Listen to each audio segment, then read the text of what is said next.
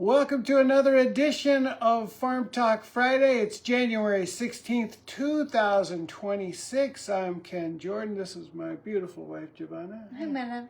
Hi, Angel. You look very beautiful today, as always. Thank you. It's a beautiful day here in Costa Rica. Blue skies, just a little bit of clouds. That's both our chicken tractors right in back of our head. We're here on our little tiny permaculture farm in Costa Rica. We're on the southern tip of the Nicoya Peninsula. We moved down here about 10 years ago, getting close to exactly 10 years ago. Next month. And I used to be in a band called the Crystal Method. My wife has an amazing nonprofit called Greenwave. Check them out at greenwave.eco. All right. We do this every week whenever we can. It's a little running diary of our lives and talking about our chickens, our hens, what we're growing, and just what we're doing in general. So, I would like to talk about a couple of wonderful things. Wait, first, what we always do is Giovanna makes some wonderful artwork for Farm Talk Friday every week. And I know what it is this time. You do? Yeah. Do you know the name of the bird? No, it's a beautiful bird. We snapped the photos right in front of our house. And sometimes when you see a beautiful bird, they don't wait for you to snap the photo, but this one did, which was very nice of him. And we didn't even have to use our fancy camera. Yeah. Even though we do have pictures on our fancier camera of this type the same bird. Yeah. Okay, yeah. Yeah, we see this bird, over the years. Yeah. From time to time. And it's not that our camera is fancy. It's actually pretty inexpensive, but it looks like a 35 millimeter. And it has a 50x optical zoom, which is pretty amazing. Yeah, but it does take better pictures than the iPhone. Typically. Better when you need to zoom, for sure. Yes, for sure. All right. Julito! Now. Julito joins us. Yeah. Good to see you, Julian. How are you? Okay. Yes, pajaritos. So, So anyways, the bird, well, I guess you guys can all see it, so we don't need to describe the bird. We don't know its name. So we don't know what it's called by the scientific community, but it's a beautiful bird that looks like it wears eyeliner. Right now, we are in mulberry season. Yeah. Yeah. Yeah, the mulberries are going bonkers. Yeah. Are you finding ones that are ripe, though? I'm finding enough that are ripe. Hola, Moni! I think I'm eating a lot of them. Jose's probably eating a lot of them. So the birds are. No one's collecting any for me. Okay, I'm gonna start collecting some for my angel from now on. I was like, hey, Ken, in case you're harvesting, I would love some berries too. He's like, I'm not harvesting, I'm just eating them. So, and this is like the ultimate dream. It's like you just walk by, you see a ripe one or two or three or five, and you just grab it and eat it. Some of them are high up. Just like the other animals. Yeah, some of them are high up, and you have to pull the branch down, but it's not that much work. It's pretty easy picking. Yeah. Now, what did I ask you to do today? To push the branches back up so they don't hit our cars when we drive by. So, yeah, not like Ken's a bigger animal, but in a way we are animals. And so he's doing things that other animals do, like not to compare you to a monkey, but monkeys do that. They pull down branches and they grab leaves. And so I see him pulling down the mulberry tree branches so that he can access like higher berries.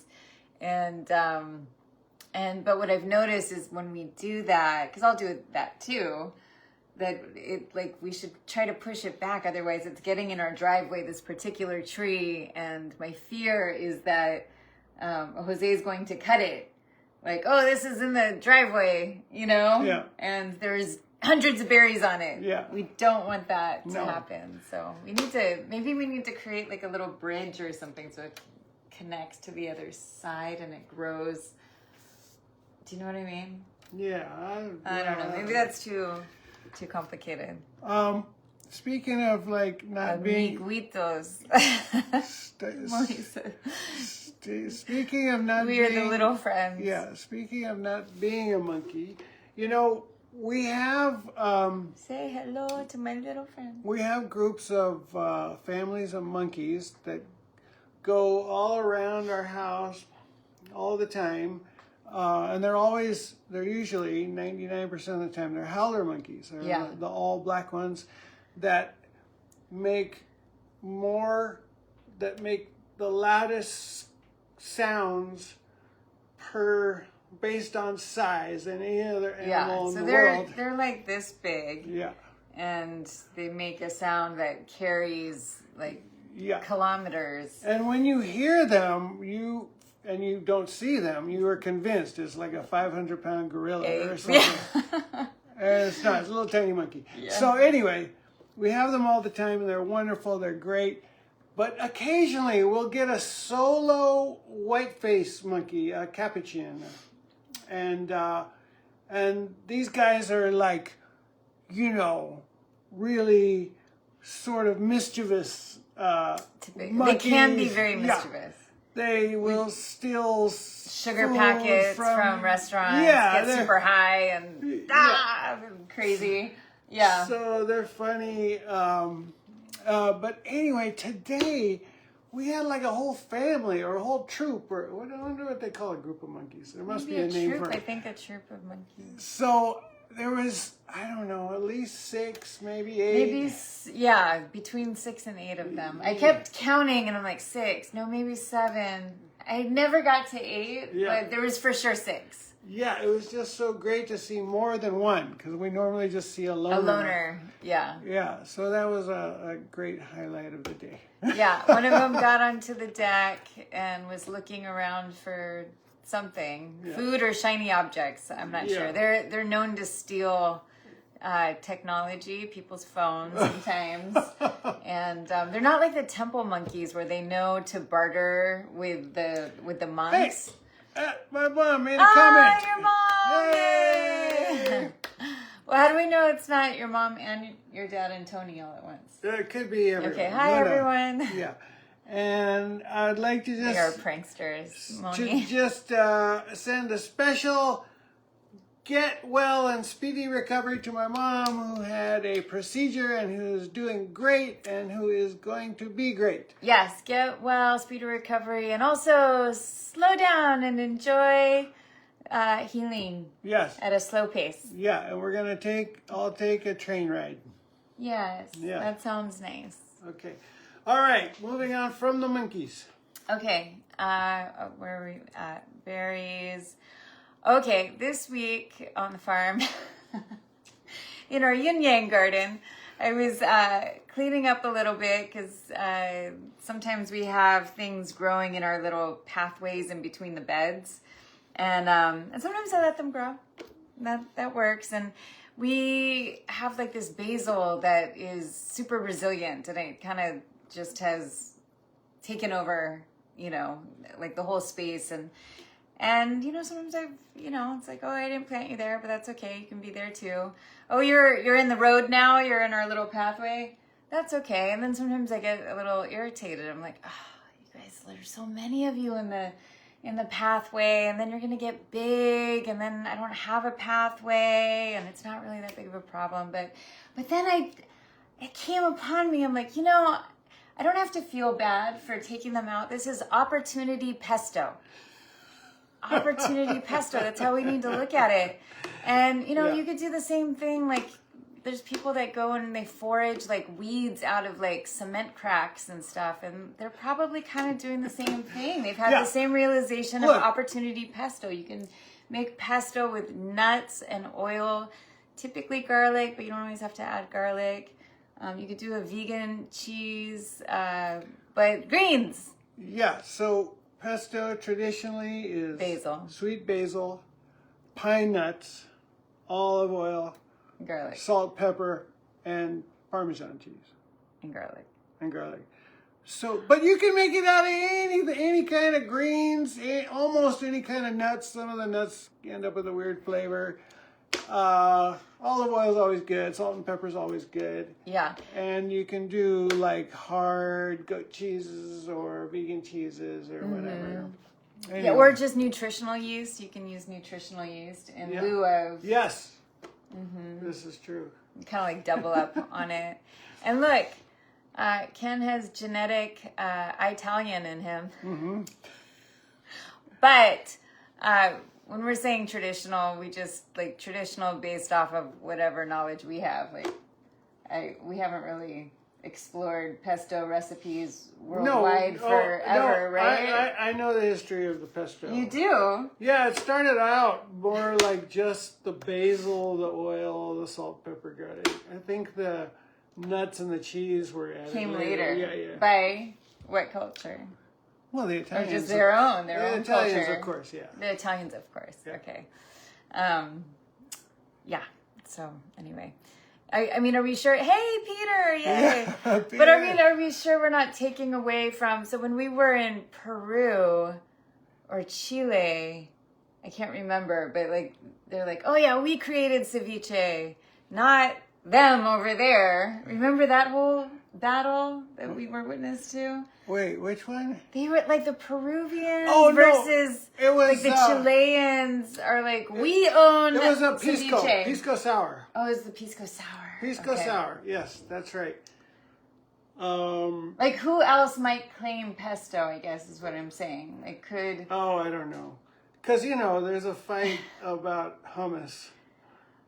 Yeah, I'm sure there is a fight about hummus, for sure.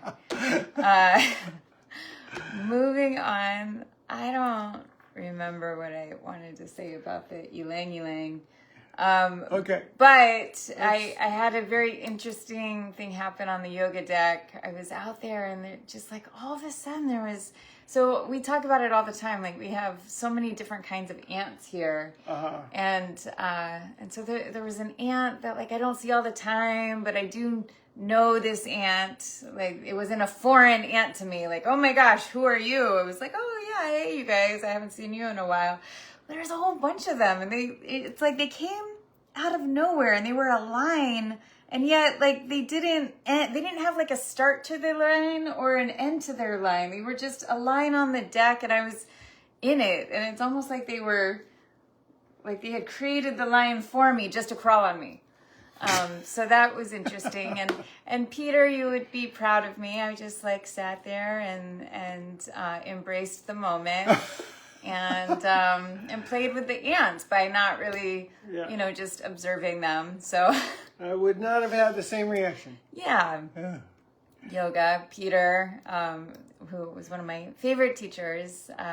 Thanks for being on here and helping me, stay centered in a moment like that. So Puja. Oh yeah. So yesterday I had the Permaculture Puja offering here, and it was really nice. It was joined by Phoebe, our neighbor, and Dawn. She made it for a little while, but she has a 2-year-old, so that didn't last as long as I think she was hoping it would for her. And but we addressed Bhutan in the satsang, like what I had learned there, and it was fun. So that was, it was beautiful. I got Phoebe's hands in the goddess garden and kind of explained, because I'm not always sure like who I've told about what at what point in time, or if they even remember. So she got to hear all that again. And I'm like, look, I don't need anyone's help in cleaning up my gardens, but sometimes it's like the goddess garden and the fairy garden are meant to be kind of like shared spaces with friends. And so it's nice to have like their blessing, like their energy in the garden. So I thanked Phoebe for that. And then coming up soon is a new Permaculture Pinup article. So Where is that going to be? Well, when I get back on Facebook. Okay. It'll be after the end of this month. Yeah. I'll put it on my personal page and the Green Wave Facebook page. And for those who don't know what Permaculture Pinup is... Well, it is a project under Green Wave, and it was, this is kind of, like, let's pretend this is a giant leaf. And so one day I was, like, looking outside, as I do often, and like leaves, giant leaves were doing this in the wind. I was like, oh, I see what you're trying to say. You're like a burlesque tale. Yeah. You know, or burlesque fans. And so I was like, I see you. I didn't want to do it on my own, this project. So I was making some like little content around it on like a Instagram that I don't post to anymore. And one day I got to tell Katie Bunny, who is a performer and loves nature, and she totally got it. And I was like, do you want to do this with me? And so it's you know, kind of, it was started, you know, as a co-creation.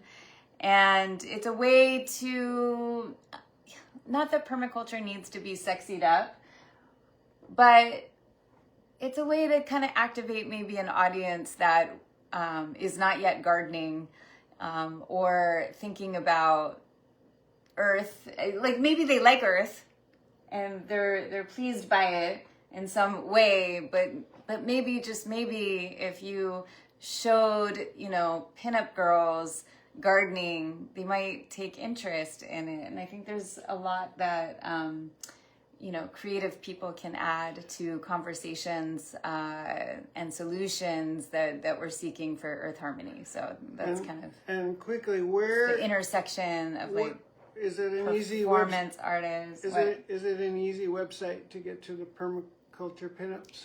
Permaculturepinup.org. There you go. There we go. All right. Anything else, my love? No. Looks like no. All right, everyone. We write notes. Thank you so much for joining us. We'll see you next week on Farm Talk Friday.